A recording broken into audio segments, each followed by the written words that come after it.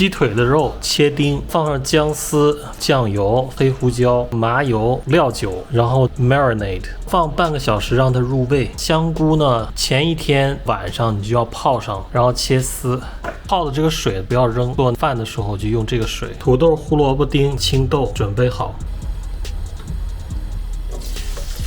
油没热呢就放，省得它崩的到处都是。这个不用翻来翻去的，这个不是为了炒菜，也不是为了让它熟，这个是为了让它最起码鸡肉有一面它有一点焦的感觉，就是美拉德效应嘛。其他那个肉它就是靠蒸这个饭把它蒸熟。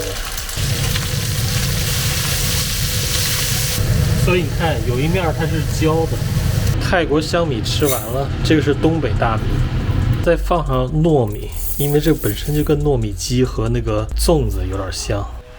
放2个蒜，放点鸡精，最主要的就是放蚝油，既不放老抽也不放盐，就是靠这个蚝油。最后放这个泡香菇的水。